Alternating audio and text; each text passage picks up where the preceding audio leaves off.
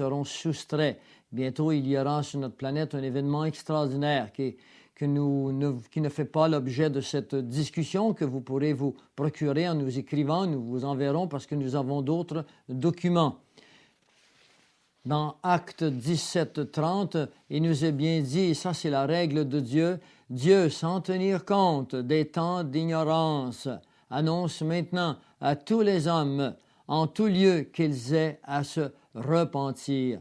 Et cela, c'est la condition essentielle, c'est la porte, c'est la clé. Il n'est pas question d'être sauvé, il n'est pas question du salut sans la repentance. La repentance n'est pas autre chose qu'un auto-jugement, un jugement sur soi-même, une compréhension dans votre cœur qu'aucun de nous n'est digne d'entrer dans le royaume des cieux et que pour cela nous devons aller devant Dieu, lui demander pardon, pardon de nos fautes, pardon de ce que nous sommes en tant qu'hommes, contrairement à l'éducation qui est donnée dans ce monde, spécialement par les gens du Nouvel Âge et qui enseignent que nous sommes des dieux. Le Dieu de la Bible, celui qui a écrit ce livre et celui qui a fait en sorte qu'il y existe derrière la Bible des formules mathématiques aujourd'hui qui ont été démontrées par des savants athées que la Bible n'aurait pu jamais être écrite par un homme, eh bien cette même Bible qui nous révèle ce même Dieu nous dit que nous devons apprendre, que nous devons passer par la repentance. Nous avons à passer par la repentance, sans quoi il n'y a pas de salut. La repentance, je vous le répète, consiste à prendre conscience de notre être, que nous sommes indignes de l'amour que Dieu a placé pour nous. Nous sommes indignes au salut éternel, mais nous verrons comment il va nous rendre dignes. Et cela suppose que l'homme humble est capable d'une telle capacité, d'une telle performance, alors que la Bible nous dit que Dieu résiste à l'orgueilleux. Et l'orgueilleux, c'est celui qui ne veut admettre ce que Dieu déclare. La Bible nous dit dans Romains 3:23, « Car tous ont péché et tous sont privés de la gloire de Dieu. » La Bible ne nous dit pas qu'il y a des exceptions. Il n'y a eu aucune exception. Parce que s'il y a eu une exception, quelque part, la Bible est fausse, mais elle s'est montrée vraie. Personne est venu dans ce monde sans péché. Tous, sans distinction, ont péché et tous, sans exception, nous sommes transporteurs du péché. Le péché qui est naturel, génétique. Nous n'avons pas à montrer un enfant à tirer les cheveux d'un autre enfant, à voler, à mentir. C'est dans la nature humaine d'être ainsi. Voilà pourquoi le but de la repentance. Et nous sommes privés de la gloire de Dieu. Cela veut dire qu'aucun de nous ne peut atteindre ce qu'on appelle le ciel ou la vie éternelle.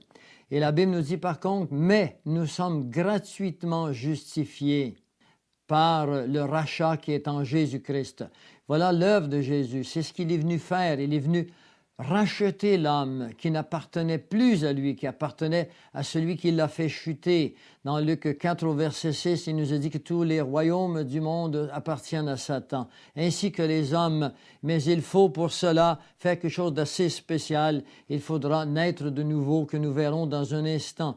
Dans Jean 3, 36, il nous a dit, « Celui qui croit au Fils a la vie éternelle, mais celui qui ne croit pas au Fils ne verra point la vie, mais la colère de Dieu demeure sur lui. » Cela suppose que déjà l'homme naturel est condamné parce que la colère de Dieu demeure sur lui. Seul Dieu peut enlever cette colère par la nouvelle naissance telle qu'elle nous est expliquée dans Jean 3 au verset 3. Jésus lui répondit, « En vérité, je te le dis, si un homme ne naît de nouveau, il ne peut voir le royaume de Dieu. » Naître de nouveau, cela veut dire que nous avons une conception nouvelle maintenant de la vie, une conception complètement renouvelée de ce qu'est l'homme, qui nous sommes, et cela à partir des instructions, à partir de cette révélation qu'est la parole de Dieu. L'homme ne peut savoir de lui-même qui il est,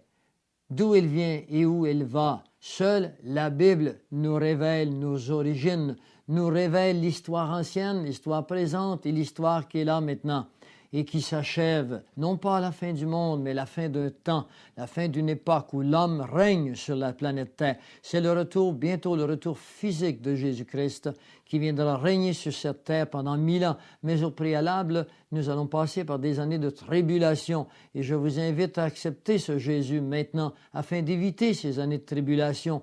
tel qu'il nous est dit dans 1 Thessaloniciens au chapitre 4, le verset 17, pour être enlevé de cette terre avant les tribulations, avant l'instauration de ce royaume où un seul homme régnera sur la planète Terre. Ce seul homme qui s'appellera l'Antéchrist et il régnera sur tous les systèmes économiques, politiques et religieux.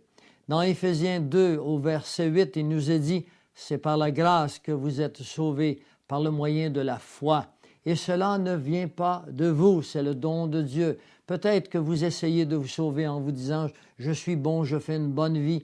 Mais on ne peut se sauver par une bonne vie. Les standards de Dieu sont trop élevés pour qu'on puisse se sauver par nous-mêmes. C'est pour ça qu'il a envoyé son Fils, Jésus, qui est mort à votre place et à ma place, afin que, placés en Jésus-Christ, par la foi en Jésus-Christ, nous puissions, par la grâce, c'est-à-dire quelque chose qu'on ne mérite pas, par l'amour de Dieu, nous puissions être sauvés uniquement par la foi, c'est-à-dire la croyance dans son royaume à lui, dans son plan, par le sang qui a été versé. Et cela ne vient pas de nous, c'est le don de Dieu.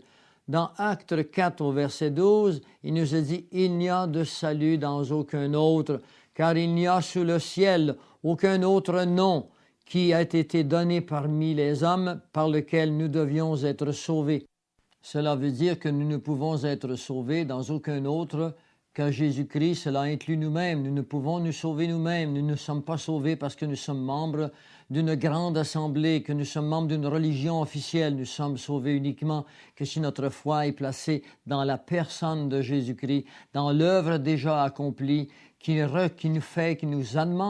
demande de reconnaître que nous sommes pécheurs et que sans lui, qui a ôté les péchés du monde, qui a ôté nos péchés, nous devons et nous pouvons être sauvés. Il n'y a pas de salut par le seul fait d'être membre d'une Église. C'est une adhésion personnelle, individuelle. Nous ne sommes plus dans l'Ancien Testament. Ce n'est plus la collectivité, mais c'est une relation individuelle avec Dieu par Jésus-Christ. Nul ne vient au Père que par moi, nous dit la parole de Dieu. On ne va pas au Père par personne d'autre que Jésus-Christ. Et dans 1 Jean 4, 17, il nous est bien dit, lorsque nous avons passé par cela, par la repentance, par la foi en Jésus-Christ, la compréhension que c'est son sang qui nous a sauvés, afin que nous ayons l'assurance au jour du jugement. Jésus, vous devez le comprendre, n'est pas une religion, il n'est pas une secte, mais il est une personne. Il dira beaucoup plus que ça, il ne dira pas qu'il a la vérité, il dira qu'il est la vérité. Je suis la vérité, dira-t-il. Et il nous dira de sa parole quelle est la vérité. Le croyant biblique, le croyant en Jésus-Christ, fonde sa foi, non pas sur ce qu'il pense lui, non pas sur ce que les hommes pensent, mais sur ce que déclare Jésus dans sa parole, sa constitution à lui. Dans Jean 17, 17, il nous dit « Ta parole est la vérité ». Et tout ceci pour vous aider à comprendre que nous devions vous dire ces choses parce qu'il nous est dit dans Romains 1, 18, la colère de Dieu se révèle du ciel contre toute vérité gardée captive.